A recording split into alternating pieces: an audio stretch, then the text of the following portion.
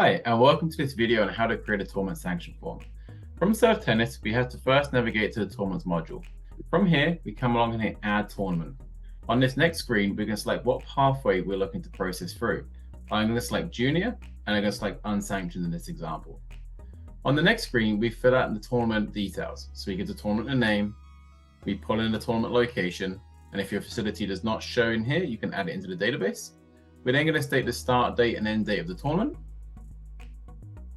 Once that has been completed, you need to add in the registration open and registration close date as well.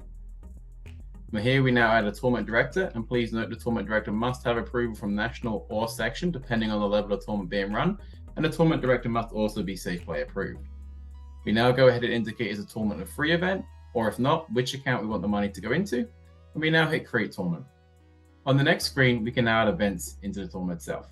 We simply select add events, and now select if it's singles or doubles, individual events, or if you're looking to run a team event, select team events. In this example, we're going to go the individual events pathway.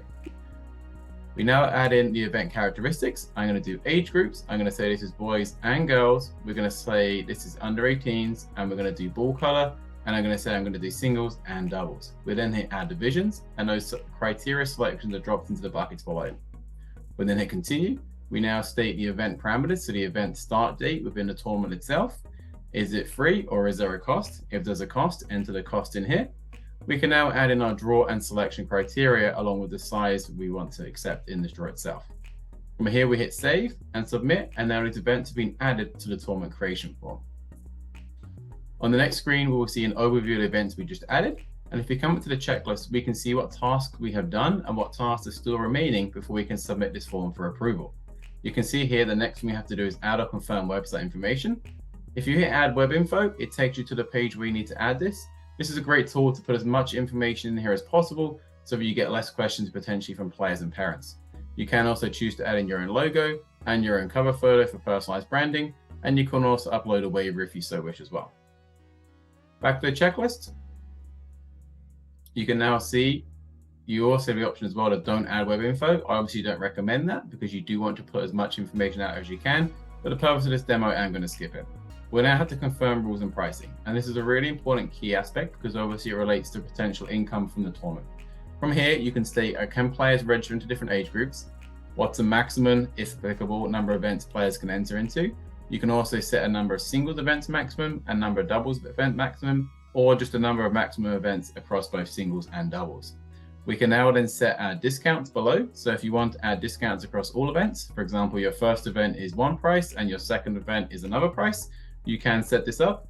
You can also set discounts up specifically across singles events and doubles events. In this example, if a player played the first singles, it's $10. If they play the second singles event, it will be free. So here you can really kind of customize and build out what rules and pricing you would want to add in. Back to the checklist, again, you do have to go ahead and confirm the rules and pricing, and we do kind of validate it one extra time because this is how important it is. But once that's done, you can see all your tasks are complete and you can now submit this tournament for approval. One last thing to note, however, is under the settings option. If you're looking to add any questions to the players when they're registering, for example, t-shirt size, this is where you would go and add in that custom question. This question is not mandatory, so players can skip it, but it's a great way to capture any data you might want to collect. Once everything is happy and you come back to the events or the checklist overview, you can submit the tournament for approval. You do also have the ability to preview it. Once you hit submit, if there is a sanctioning fee associated to it, you'll be asked to input your credit card details. The credit card will not be charged until the section has approved the tournament.